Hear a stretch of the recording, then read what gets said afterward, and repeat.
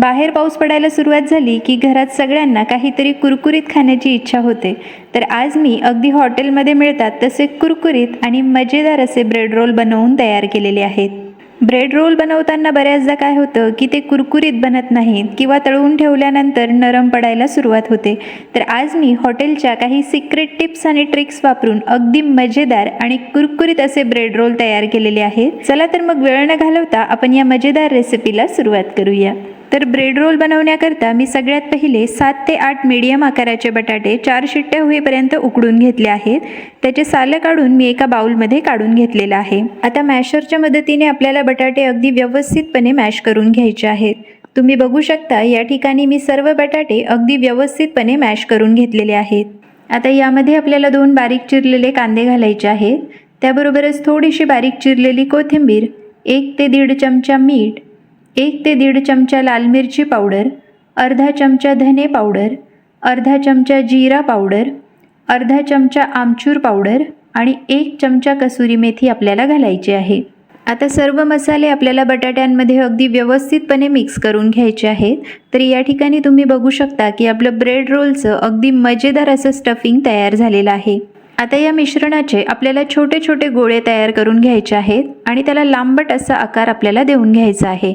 साधारणतः अशा प्रकारे आपल्याला ब्रेड रोलसाठी स्टफिंग तयार करून घ्यायचं आहे. तर आता या ठिकाणी मी 3 ते 4 ब्रेड घेतलेले आहेत. ब्रेडचे आपल्याला चारही बाजूंनी कॉर्नर कट करून घ्यायचे आहेत. चाकूच्या मदतीने या ठिकाणी मी चारही बाजूंनी ब्रेडचे कॉर्नर्स कट करून घेतलेले आहेत. आता थोडंसं पाण्यात बुडवून घ्यायचं आहे आणि यामधलं पाणी आपल्याला हाताच्या मदतीने थोडंसं काढून घ्यायचं आहे. ब्रेड अगदी जास्त ओला आपल्याला या ठिकाणी करायचा नाही. तर आता तयार केलेला स्टफिंगचा गोळा आपल्याला या ब्रेडमध्ये भरून घ्यायचा आहे आणि ब्रेडला अगदी छानसा शेप आपल्याला देऊन घ्यायचा आहे. या ठिकाणी तुम्ही बघू शकता की अगदी व्यवस्थितपणे मी ब्रेड रोल तयार करून घेतलेला आहे. अशाच पद्धतीने आपल्याला सर्व ब्रेड रोल तयार करून घ्यायचे आहेत. आता हे तयार झालेले ब्रेड रोल आपल्याला 5 ते 10 मिनिटापर्यंत असेच सुकवून घ्यायचे आहेत. 5 ते 10 मिनिटं ठेवल्यामुळे त्यामधलं पाणी सुकून जातं आणि अगदी कुरकुरीत आणि क्रिस्पी ब्रेड रोल बनून तयार होतात. साधारणतः 10 मिनिटं झालेली आहेत आणि 10 मिनिटानंतर आपल्याला एका कढईमध्ये तेल घ्यायचं आहे. तेल अगदी व्यवस्थितपणे गरम करून घ्यायचं आहे आणि त्यानंतर ब्रेड रोल आपल्याला तळण्यासाठी सोडून द्यायचे आहेत. आता हे ब्रेड रोल आपल्याला 4 ते 5 मिनिटापर्यंत मध्यम आचेवर अगदी छानपैकी तळून घ्यायचे आहेत. 4 ते 5 मिनिटानंतर तुम्ही बघू शकता की ब्रेड रोलला अगदी छानसा असा गोल्डन ब्राऊन रंग येण्यास सुरुवात झाली आहे. तर या ठिकाणी 5 मिनिटापर्यंत आपण हे ब्रेड रोल मध्यम आचेवर तळून घेतलेले आहेत. तर आता हे तयार झालेले ब्रेड रोल आपण एका चाळणीमध्ये काढून घेणार आहोत. तर हे ब्रेड रोल चाळणीमध्ये काढल्यामुळे काय होतं की त्यामधलं मॉइश्चर हे पूर्णपणे निघून जातं आणि आपण कितीही वेळ ब्रेड रोल ठेवले तरीसुद्धा ते अगदी तसेच क्रिस्पी आणि कुरकुरीत राहतात.